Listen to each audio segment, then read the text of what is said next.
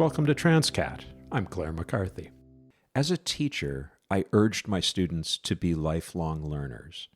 Transqat, the podcast, is my chance to put that into action. I want to hear stories that connect me to other people. I want to build bridges and then cross them to someplace new. I want to learn. To that end, I plan a series of conversations with clergy of different denominations. I myself am agnostic, but I know that there's a lot I can learn from faith leaders. A Red Cross blood drive acquainted me with Congregation Beth Shalom in Chester, Connecticut, and I chose to start my journey there. Rabbi Marci Bellows earned her BA in Psych from Brandeis and her master's from Hebrew Union College Jewish Institute of Religion. Ordained in 2004, she was named by the Huffington Post as, quote, one of 15 rabbis you should follow on Twitter. I do, and you should too. She wrote the Reform, Really column for Jewish Weekly's website. Rabbi Bellows and I met for coffee over the summer, and we immediately discovered a strong kinship. Being with her makes me laugh and think and open my heart. And that's what Transqat's all about. I hope you enjoy this conversation as much as we did. Rabbi Marci Bellows, welcome to Transqat. Thank you so much for being here. Thank you for inviting me. We're already laughing. Where are we? Yeah, no, it hasn't even started yet. Well, I say thank you for being here, but we're actually in your synagogue. We are. And tell us about your synagogue. Tell us about your congregation. So we are sitting in the sanctuary right now of Congregation Beth Shalom Rodvei Tzedek, and I invite you to try to say it 5 times fast. And we are a congregation in Chester, Connecticut.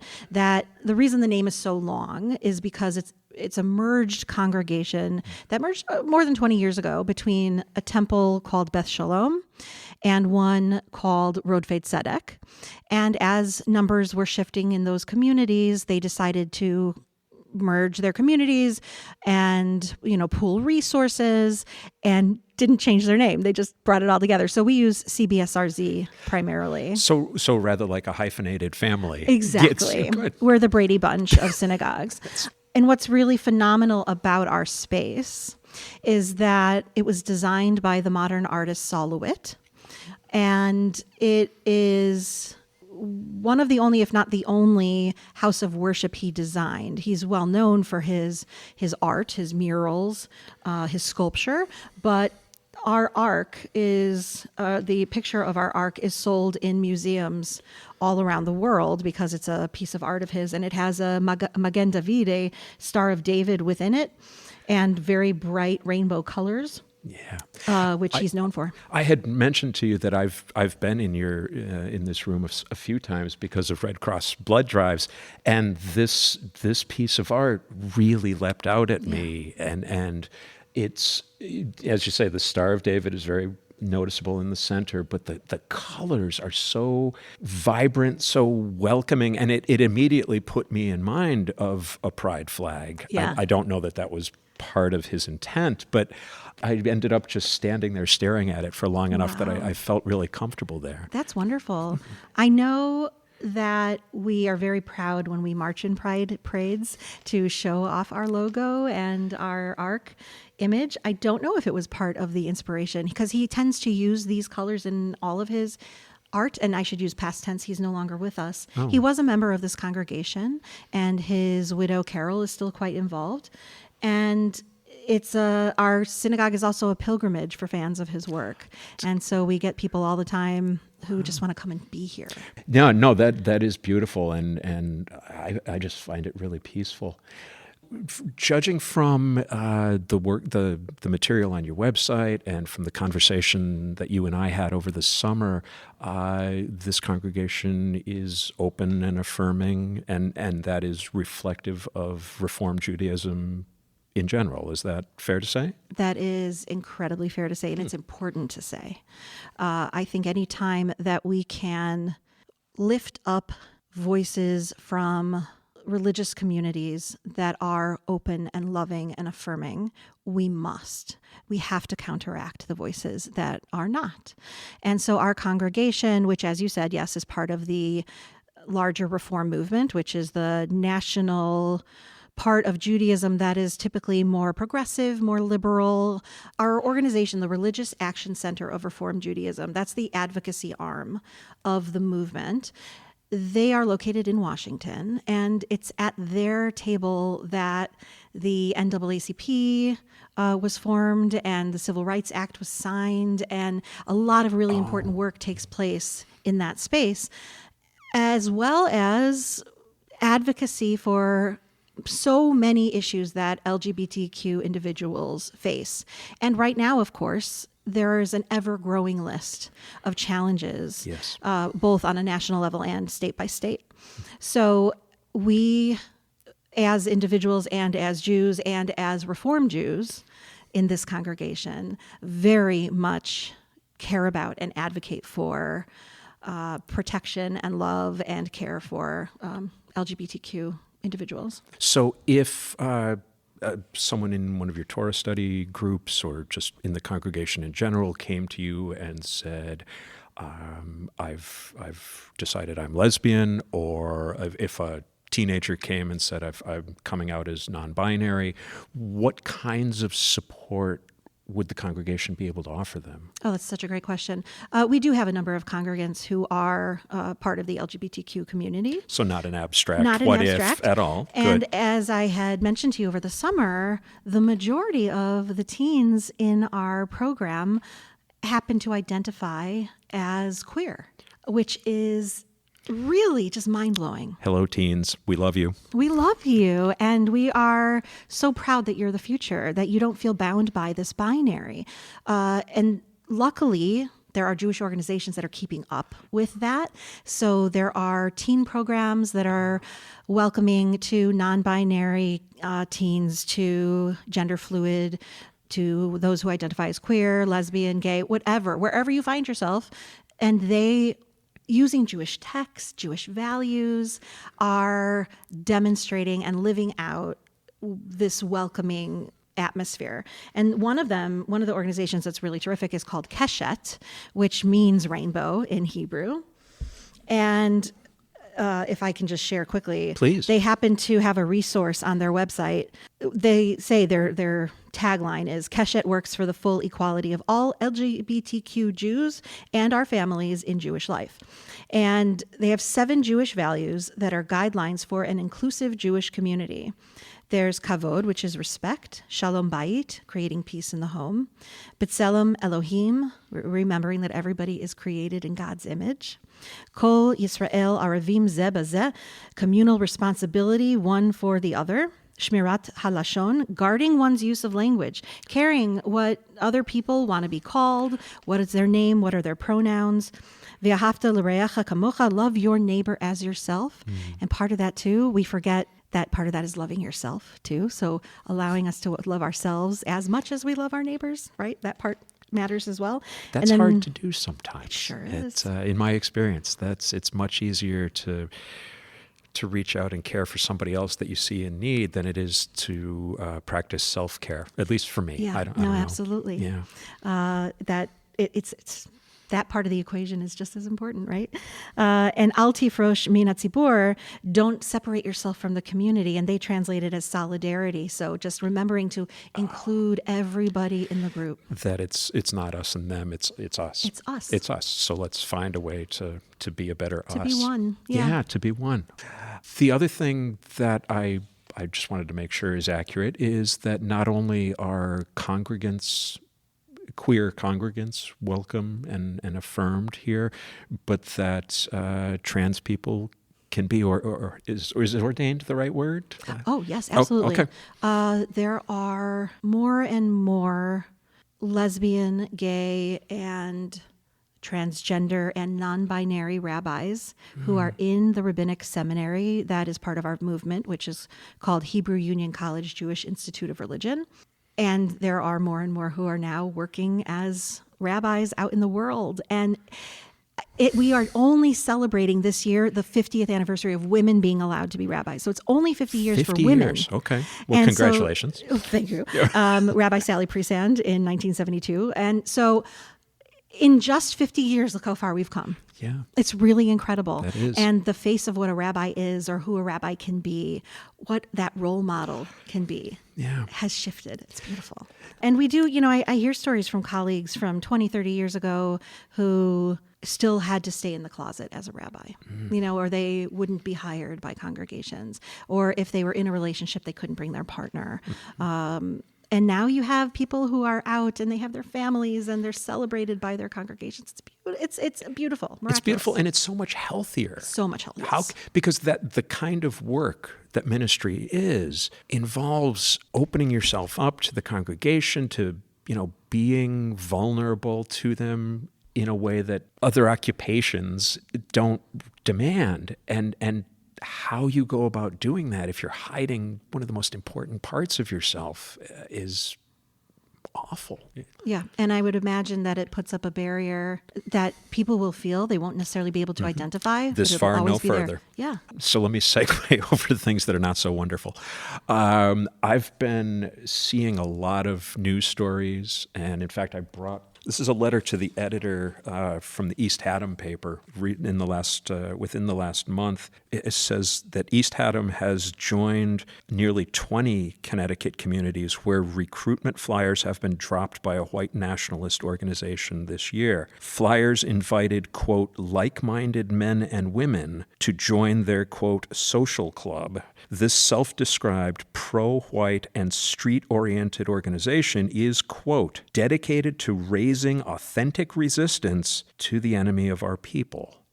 Obviously, as an out trans woman, that is alarming. But I also dug into that a little bit and found that anti-Semitic harassment, violence, vandalism has been almost parallel. Like over the last 3 or 4 years, it's been this increasing trend of anti-queer incidents and anti-Jewish incidents. And so I wanted to talk to you about that, and where and how do we find common cause? How do we fight this? Mm-hmm.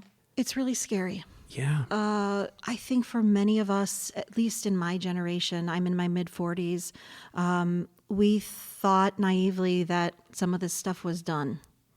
For both communities, for the Jewish community and for those who are LGBTQ, that, we fought the fights, things are figured out. And to watch how easy it was for the latent hatred that was just below the surface to be allowed to come up, just needed a little permission. And all of a sudden it became okay to chant "Jews will not replace us" at a rally, yes. And to hear that, there were good people there. That's not okay. It's not okay to, we can't control people's thoughts, but to actually feel like they have permission to say these hateful things out in the public square, to act with hatred, with vandalism, with actual violence in many cases. Mm-hmm. We watched this year as my colleague, Charlie Citron Walker, was held hostage for many hours at his synagogue with a few other congregants who were there for a Shabbat morning. And it was an anti-Semitic hate crime. Was it resolved without? Thank God it was. They were okay. We all have to go through active shooter training in our synagogues. And that's traumatizing. Yeah. Especially when we're told, Rabbi, you're going to be the first target, so here's what you need to do.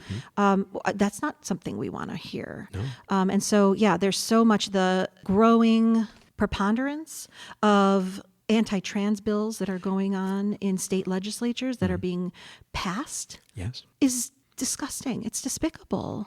And it speaks to a strategy that caught me a little bit off guard, because I think since time immemorial, you demonize your opponent. Sure. Right? That has always been the tactic that's been used against Judaism, is they're other, they're subhuman, they're this, they're that. My observation, though, is that the attack on trans people and lately unfortunately, it seems to be targeted at kids, Yes. right? Denying them access to affirming health care, Yes. refusing to let them participate in sports, making it difficult to change the name on your driver's license, all of these little picayune things that whatever we can do to make it harder. But the strategy against trans people seems to be not demonizing, but demeaning. Ooh. You're Wow. not legitimate. This is not real. It's a phase. It's because everybody's talking about being trans. You're just being influenced by the media. That is a really interesting point, because what it causes within the communities is also different. Just thinking about Jews as a huge group. So all Jews, are considered subhuman. Right. When it comes to trans individuals, what it sounds like you're saying, and now as I'm reflecting, I agree, it's about each individual. Right. And that's where you start to see suicides and you start to see violence against one person that someone might know. So, Because that's the natural result of alienation Yeah. and isolation. And it brings out a sense of unity when you're demonized, you pull together and you resist. yeah. But when you're told you're insignificant, then the human reaction is just to give up hope. Yeah. God forbid. I see a lot of common cause in terms of what we're experiencing. But can you imagine the power that we would have if all of the marginalized groups joined together? Yes. What a super majority we would have. Seriously, because that's all of those little pockets of them Yes. are suddenly us. Us. Yeah. And, we'd say, you can't do this anymore to us because you've tried really hard to divide us, to create hatred between us. That's often, there's often an attempt between Jews and the Black community to create strife between us, Right. even though there are so many Jews of color. So once again, they are us, right? Right. And when we actually join together, we're a force to be reckoned with. Well, you big had community. you had said we're just fixing all of the world's problems Yeah, right one now. by one right here.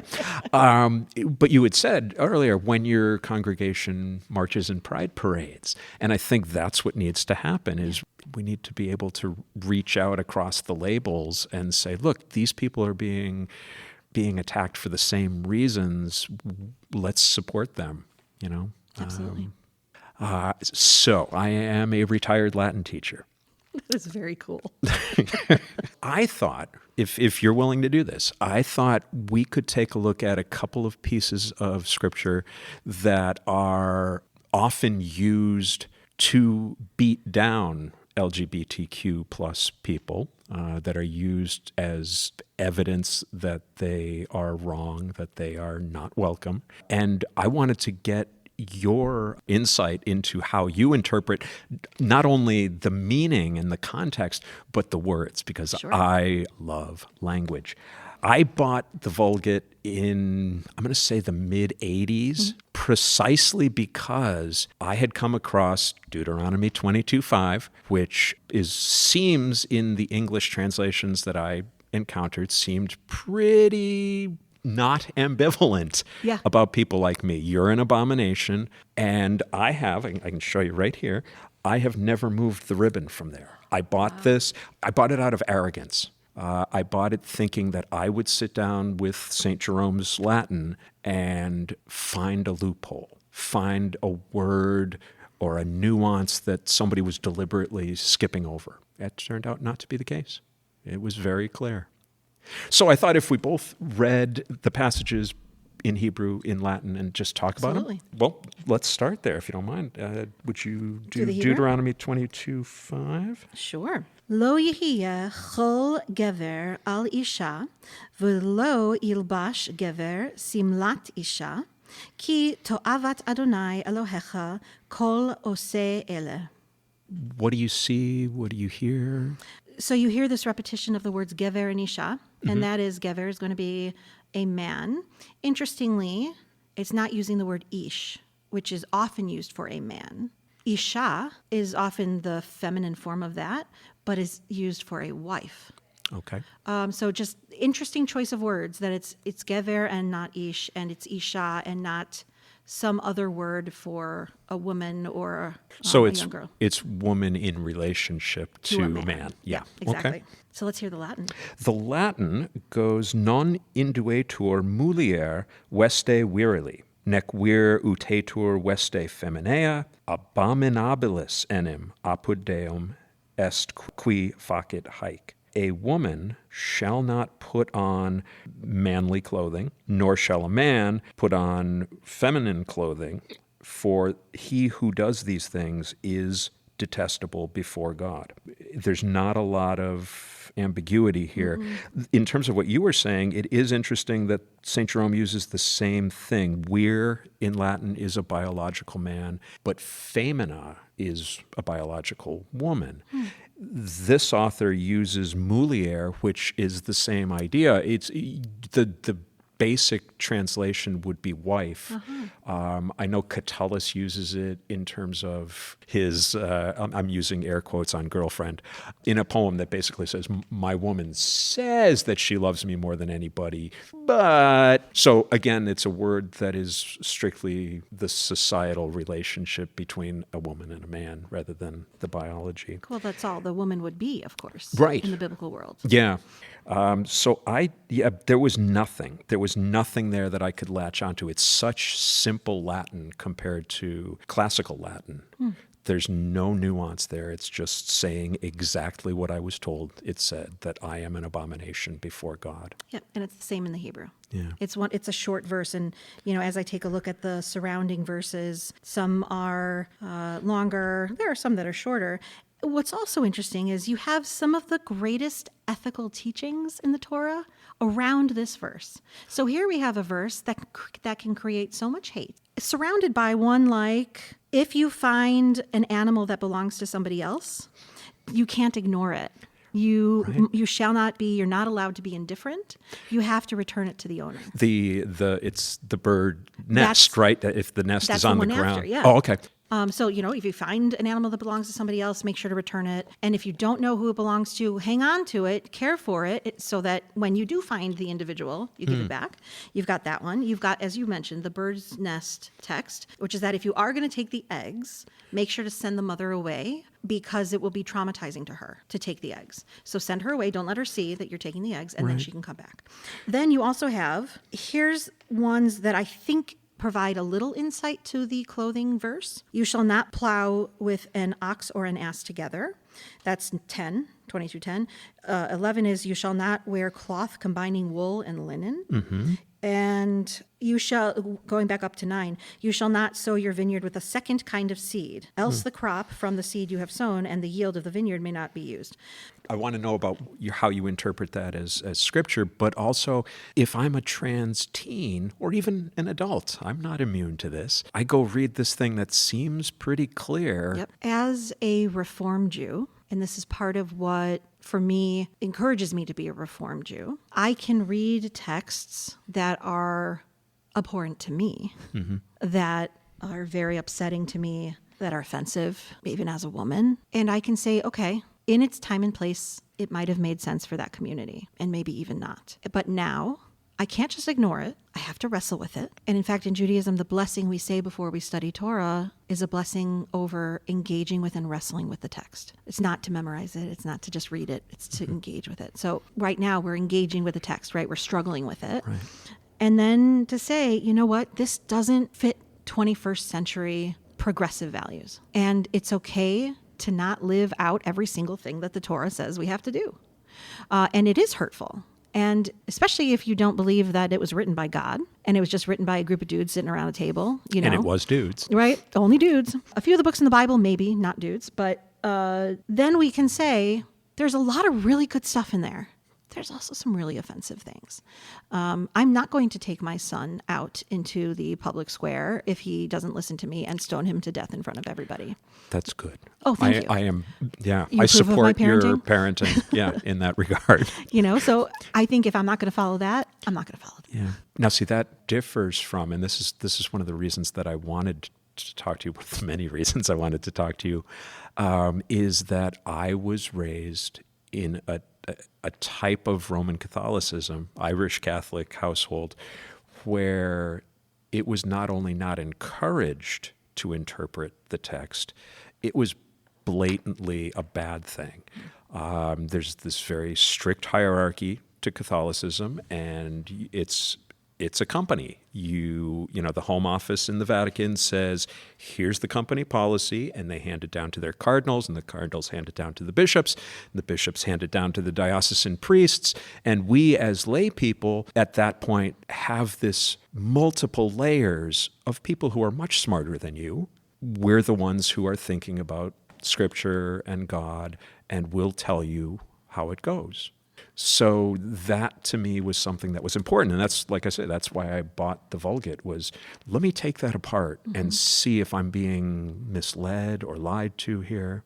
Robert Alter has one of the best translations from the original Hebrew, where he is really struggling and trying to give the most accurate translation for folks who want to, start with that. And he has really fascinating commentary as well.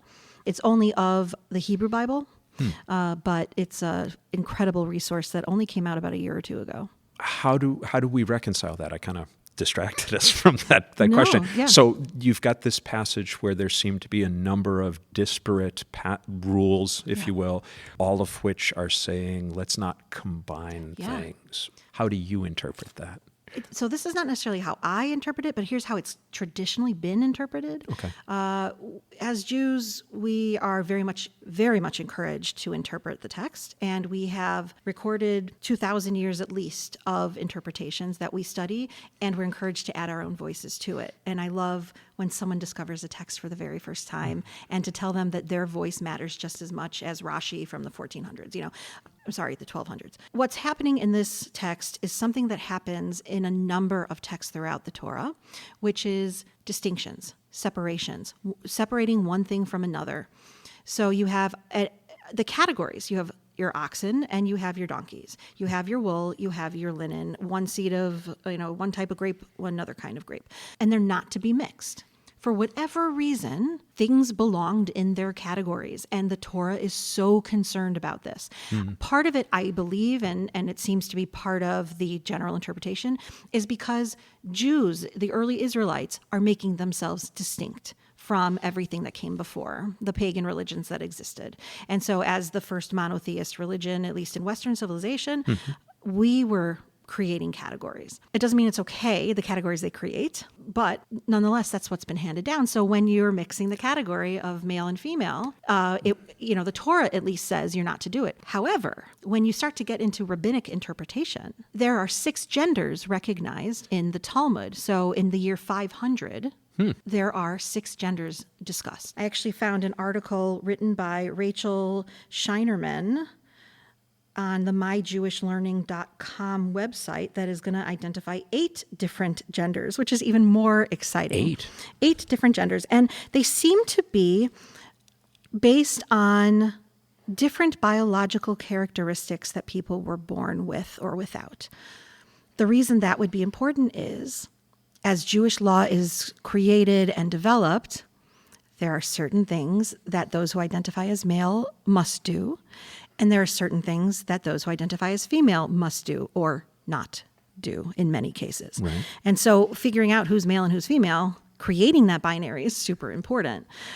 But in the meantime, when you have exceptions, what are they going to do? So number 1, you have Zachar, which is male. That's going to be your just basic male, right? You have Nikeva, female. Okay. Number so 3, your chocolate and your vanilla, right there. Yeah. Right, chocolate and vanilla. So now we get into, Rocky Road and Cherry's Jubilee and everything. So number 3, androgynos, having both male and female characteristics. 4 is tumtum, lacking sexual characteristics. So if you're born without any sexual genitalia, and I'm sorry if any of my terminology is not correct, but I also think that's like asexual individuals. It's calling attention to that state of being. Number 5, Elonit Hama, identified female at birth, but later naturally developing male characteristics, which we certainly know that happens. Elonit Adam, identified female at birth, but later developing male characteristics through human intervention. 7, Saris Hama, identified male at birth, but later naturally developing female characteristics. And then 8, finally, Saris Adam, identified male at birth and later developing female characteristics through human intervention. Wow.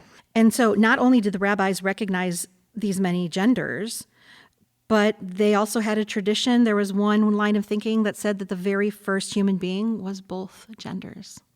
That's where your androgynous comes from, right? Mm-hmm. From the Greek, hoandros is the generic word for a man, and hegune is woman's. Let's go to Genesis 1:27. Oh yeah. Yeah. So good. This one is very often used. May I start on this one? Please. Okay, so Genesis 1:27. Et creavit Deus hominem ad imaginem suam, ad imaginem Dei creavit illum, masculum et feminam creavit eos. So, and God created, now, as I said, where is the biological man and femina is the biological female. Homo hominis is the generic word for person. And because of centuries of male-dominated English, that is very often translated as man, but it's a generic word for person. So, and God created the human being in his image. He created him in the image of God. When Latin is referring to mixed gender, a group of mixed gender people, it defaults to the masculine. Same in Hebrew. Mm-hmm. Okay, so that's what the illum, the masculine, is. He created them masculine and feminine. There's a lot of good stuff in there. What's the most traditional understanding of that verse? Don't mess with what God did. God created pile A and God created pile B. And that's the way it is. And the repetition, the basically saying the same thing 3 times is usually taken as emphatic. Okay, this is important. So he created the human being in his own image. I don't know that there's any difference between that and the next line. But here's the thing that jumped out at me. The third line, he created them masculine and feminine. There are conjunctions in Latin that mean or, right? There's out, which gets translated as either or, and there's well, which gets translated the same thing. And in grad school, we thought we were so clever. We said out, throw one out, well, what the hell? Where if your choice is exclusionary, right, you're either tall or short, then you would use out. So pick one, throw the other one out. Well is almost the buffet thing. You can, like a brunch buffet, you can have an omelet, you can have waffles, or you can have this, or you can have this, and it's not exclusionary. This author doesn't use either of those. So he does not say he created the human being either male or female, and that would have been so easy to do. Sure. He uses the additive. He uses et and so to me, instead of being exclusionary, that seems to me to include 8 different and possibly more, 8 different genders, everything in between. All of that was created by the Creator.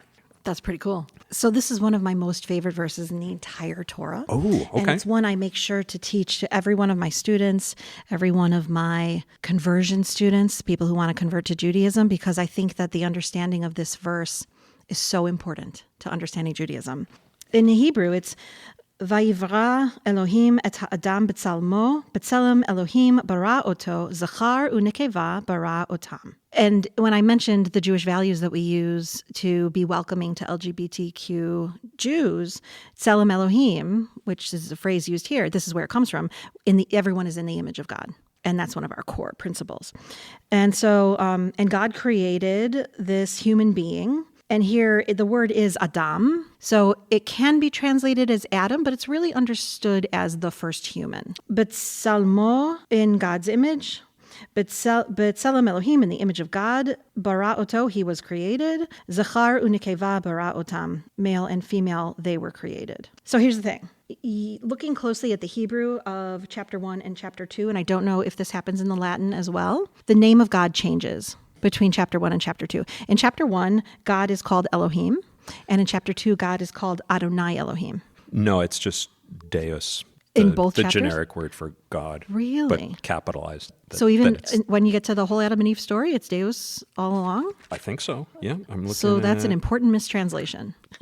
So for those who've studied the documentary hypothesis or different forms of biblical criticism, there's a theory, and many are built on the documentary hypothesis. This is one that was developed a few decades ago, recognizes at least 4 different authors of the Torah.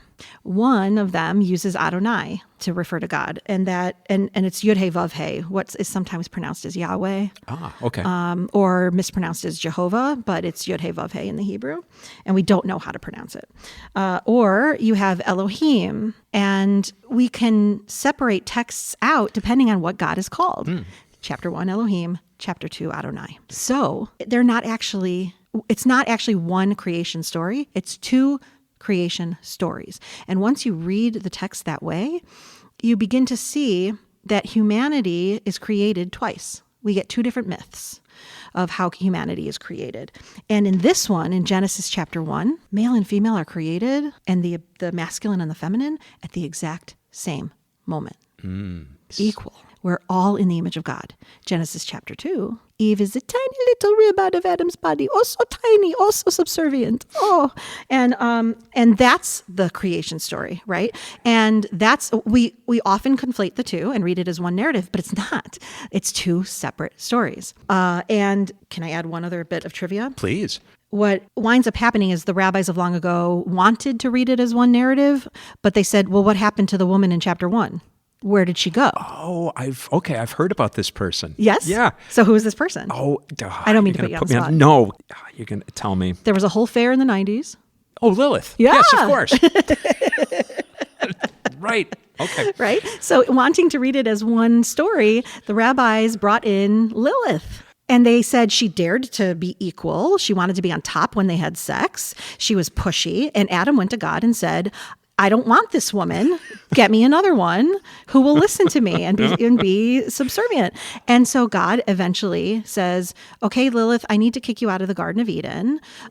You're banished. You're going to be turned into a demon, and you need to go get little demon babies all over the world. And it becomes a part of folklore in Judaism for the last few thousand years. And even today, people will put red threads around their babies' cribs or bassinets. They won't necessarily know why, but it actually is to protect the baby from Lilith. From Lilith. And so there's a wonderful Jewish feminist magazine called Lilith. Like we've reclaimed her as a role model. Wow. I want to do one more. Deuteronomy 23:1. And if you've hung around this long, we hope you're still here. You're going to enjoy this. Did you say 23:1? I've got 23:1, which is... You know what? Our Bibles are not always numbered the same. Oh. So which... Okay, so this starts with non intrabit unicus ad tritus amputatis testiculis et absciso veretro ecclesiam domini. A eunuch shall not enter into the assembly of God. This is Dominus rather than Deus, so of the Lord. And then the writer uses my favorite Latin construction twice. And yes, I have a favorite Latin construction.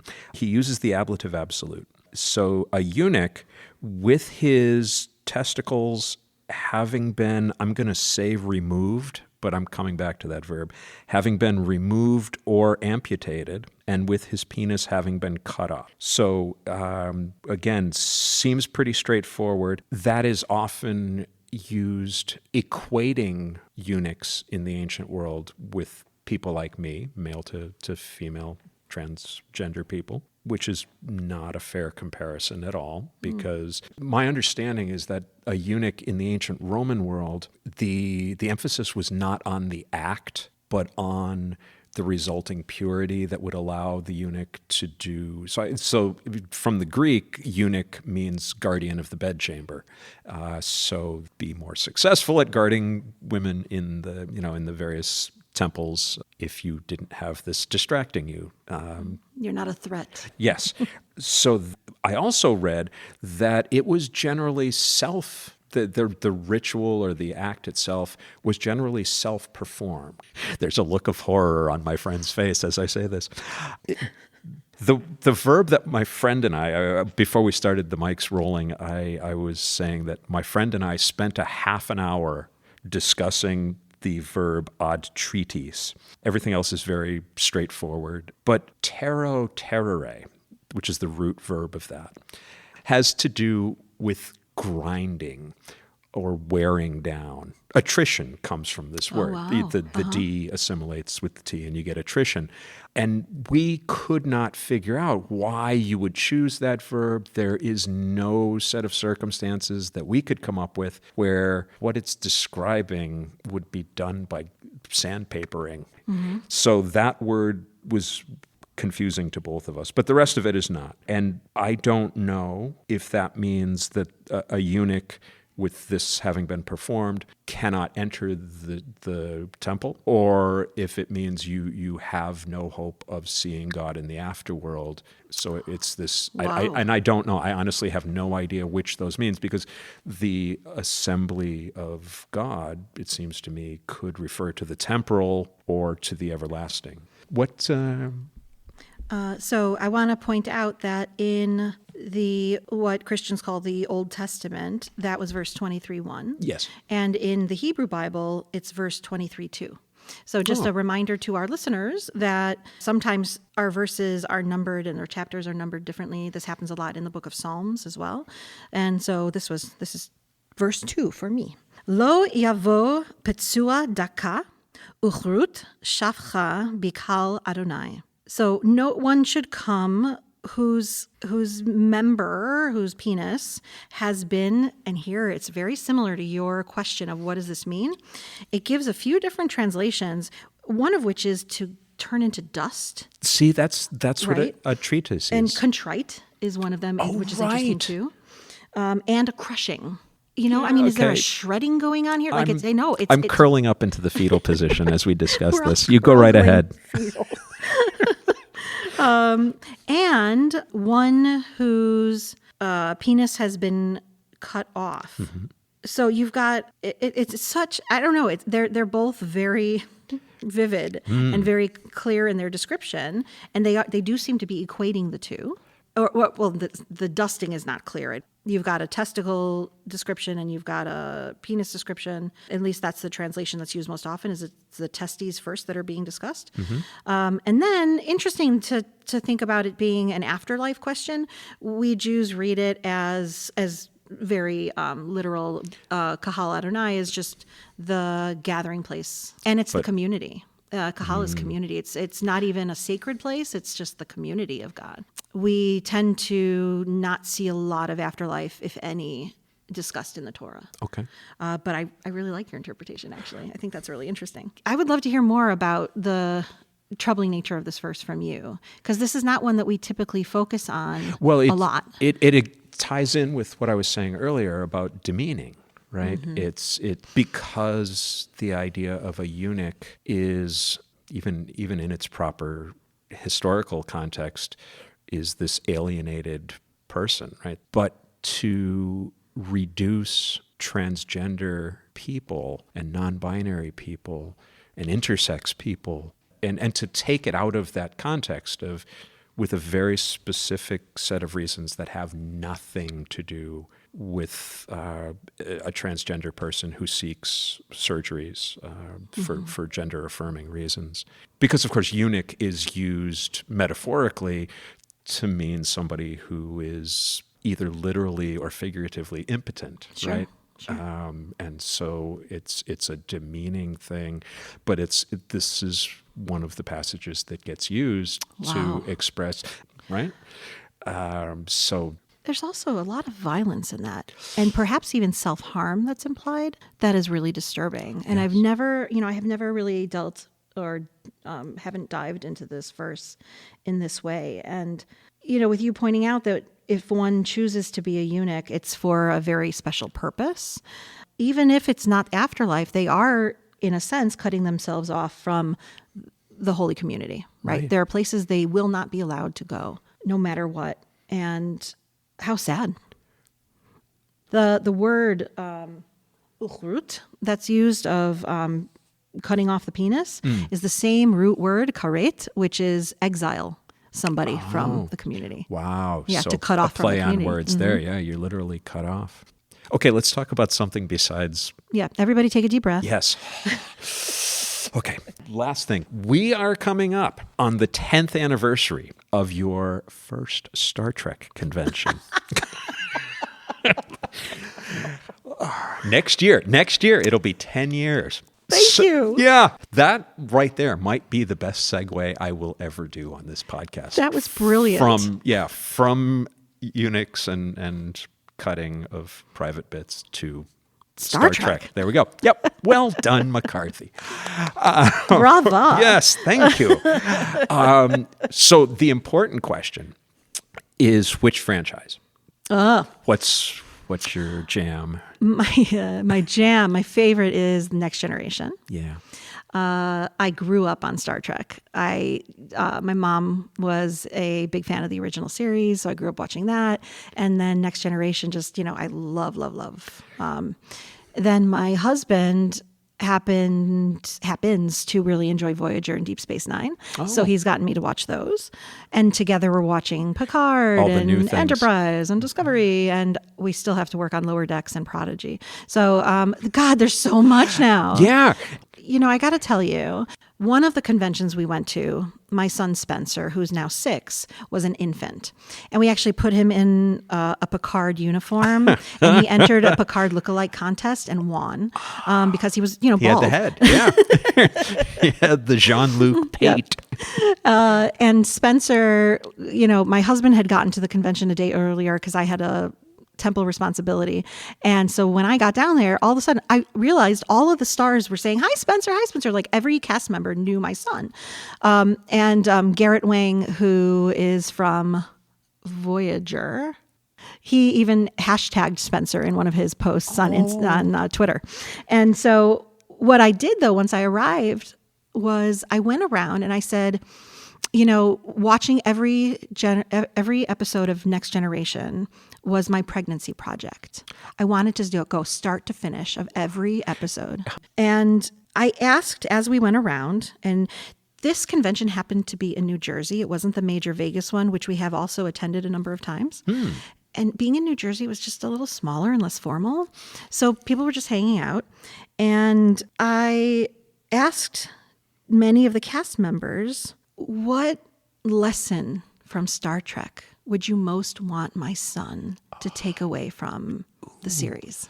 So now, who did you have that you were asking this? It is of? 7 seasons. 7 seasons. Okay. I can find it. So Robert Duncan McNeil said, "Remember the Prime Directive. Mm-hmm. Mind your own business in the sense that live your own life. Don't worry so much about directing what other people need to do," which I think is really used the right way is very nice. Robert Picardo, who's of course the doctor, the hologram doctor. Yep. Always expand your programming. Isn't that great? Brilliant. Right? Upgrade. Ethan Phillips, who, oh my gosh, what's his name with an N? Neelix. Just two nerds sitting in a synagogue. Yeah. We're going to start a new podcast. Two nerds in a synagogue. Yep. Be kind, for everyone you meet is fighting a hard battle. And he was sure to tell me he's 25% Jewish. Spencer Garrett, who I don't remember which series he's from, but he was really excited because his name is Spencer as well. He said, be kind, be understanding of all kinds of people.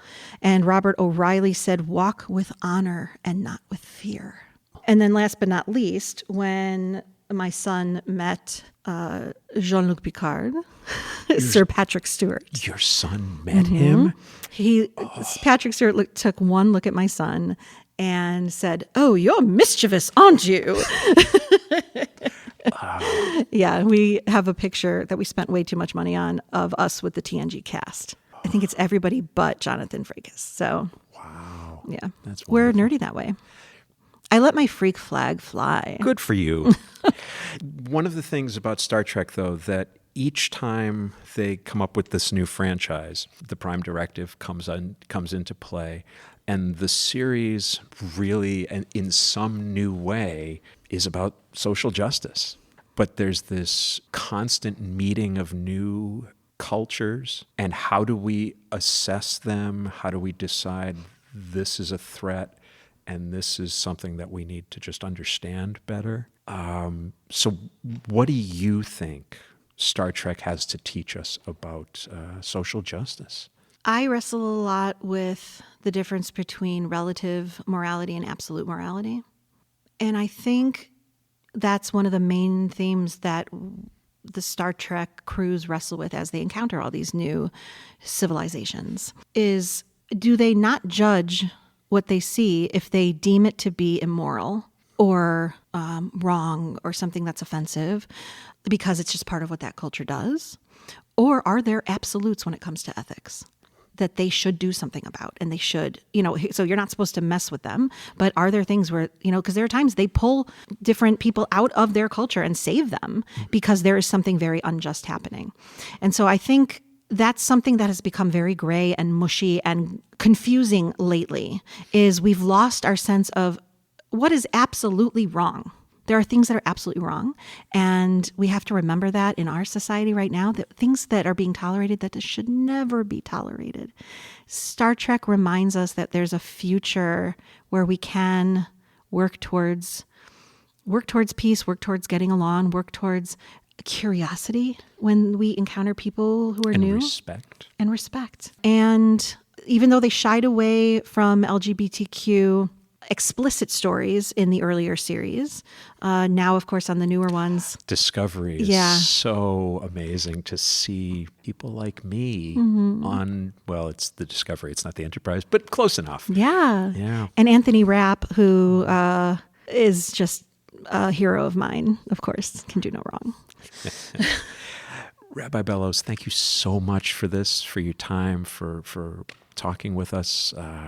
It was wonderful. Thank you so much. Thank you, Claire. I can't tell you how honored I am to have been a part of this. And I wish you so much luck with this very holy project on which you've embarked. Wow. What a joy that was. Hope you enjoyed the conversation. We certainly had a blast. Rabbi Bellows and I are hoping to work together again soon. I'll keep you updated. Coming up in 2 weeks on Transqat the podcast, a conversation with Jadzia Axelrod, author of Galaxy, the Prettiest Star, a graphic novel for young adults published by DC Comics. Use this intervening time to buy and read a copy, or better yet, buy 2 copies and donate one to your local library. Thanks for listening. I'm Claire McCarthy. Let's talk soon. This is Sadie McCarthy. I'm Claire's niece. Transqat is a production of Transqat Enterprises, LLC. Copyright 2022, all rights reserved. Join us on the web at transqat.com. That's TRANSQAT.com. There, you'll find links to Transqat, the blog, writing projects, speaking engagements, and more. You can also meet the team who thought spelling cat with a Q was a good idea. Follow Transqat on Instagram, Facebook, Twitter, and YouTube. Leave us a comment on whatever platform you use to stream this podcast. Just remember to be kind. She has enough self-esteem problems already. To reach Claire with a question or a suggestion for an upcoming episode, just use the contact page at the website or email her directly at crmtransqat@gmail.com. Thanks for listening.